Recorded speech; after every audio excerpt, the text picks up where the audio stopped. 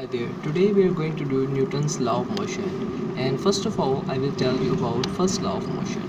First law of motion में हमें ये बताया गया है, इसको हम कॉमन सेंस लॉ भी कहते हैं क्योंकि ये कॉमन सेंस की बात है। इसमें हमें उसने बताया न्यूटन ने कि एक अगर चीज़ रुकी हुई है तो वो रुकी रहेगी अनलेस कि मैं इस पर फोर्स अप्लाई ना करूं, और ये जो चीज़ है, ये जो रुकी हुई है, ये अपनी कंडीशन बरकरार रखेगी, इधर ही रहेगी। लेकिन अगर एक चीज़ चल रही है तो ये चलती जाएगी यहाँ तक कि कोई फोर्स उसको ना रोक ले। अब ये देखें, अब ये डेली लाइफ में हमें इसकी प्रॉपर्टी कहाँ से मिलती है, डेली लाइफ एग्जांपल कहाँ मिलती है। और फर्स्ट लॉ ऑफ मोशन जो है ये हमें इनर्शिया के बारे में भी बताता है।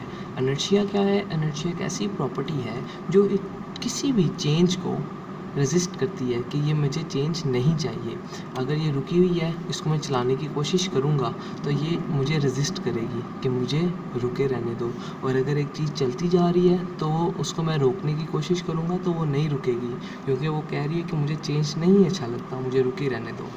इसकी रियल टाइम एग्जांपल ये है कि हम जब बाइक चला रहे होते हैं, कोई भी गाड़ी चला रहे होते हैं, हमारा मोशन हो रहा होता है, जब एकदम से ब्रेक अप्लाई करते हैं हमारे व्हील्स तो एट अ टाइम रुक जाते हैं, लेकिन वो उसी टाइम पे नहीं रुकते, थोड़ी आगे जाके रुकते हैं, इधर आके रुकते हैं। ये किस वजह से? इनर्शिया की वजह से, क्योंकि इनर्शिया कहता है मुझे फ़ौरन सडन चेंज नहीं अच्छा लगता, इसलिए वो थोड़ी आगे जाके रुकते हैं। ऐसे ही सेकंड लॉ ऑफ मोशन क्या है? सेकंड लॉ ऑफ मोशन हमें बताता है कि जितना ज़्यादा हम फोर्स लगाएंगे उतना ही ज़्यादा एक्सेलरेशन बढ़ेगा। मतलब इन दोनों के दरमियान डायरेक्टली प्रोपोर्शनल का रिलेशन है। मतलब अगर F इंक्रीज तो एक्सेलरेशन इंक्रीज, फोर्स बढ़ाएंगे तो लास्ट में बात है जिसमें मैं फोर्स बढ़ाऊंगा तो एक्सेलरेशन ज़्यादा इंक्रीज करेगा, और एक्सेलरेशन उतना ही कम होगा जितना कि मैस ज़्यादा होगा। अब मेरे पास एक पूरा घर है, अब मैं घर को मूव करवाने के लिए मुझे लाजमी बात है, बड़ा घर है तो उसकी एक्सेलरेशन भी स्लो होगी। मतलब मैस और एक्सेलरेशन के दरमियान इन्वर्सली प्रोपोर्शनल का रिलेशन है। और अब अगर मैं इस रिलेशन को इधर ही रहने दूँ, acceleration is inversely proportional to mass, और ये देखें अगर मैं इसको acceleration is directly proportional to force कर दूँ, मतलब जितना ज़्यादा एक्सेलरेशन उतना ज़्यादा फोर्स, और एक्सेलरेशन उतना ज़्यादा कम जितना बड़ा मैस, ये मेरे पास एक रिलेशन आ गया। और अगर मैं F को इधर ही रहने दूँ तो ये इसके साथ डिवाइड हो रहा है तो उधर जाके मल्टीप्लाई हो जाएगा, F इक्वल ma। और अगर मैं ये डायरेक्टली प्रोपोर्शनल को इक्वल में चेंज करूँ तो ये प्रोपोर्शनैलिटी कांस्टेंट आ जाएगा।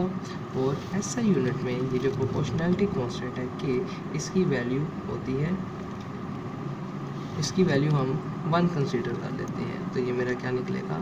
F equal mass and acceleration. अब इसका SI यूनिट निकाल के देख लेते हैं। F इक्वल मैस होता है मेरा किलोग्राम, और एक्सेलरेशन क्या होता है? वेलोसिटी ओवर टाइम, और वेलोसिटी क्या होता है? Distance over time. ये क्या होता है? और एक्सेलरेशन मेरा क्या निकलता है? मीटर पर सेकंड, या फिर मीटर।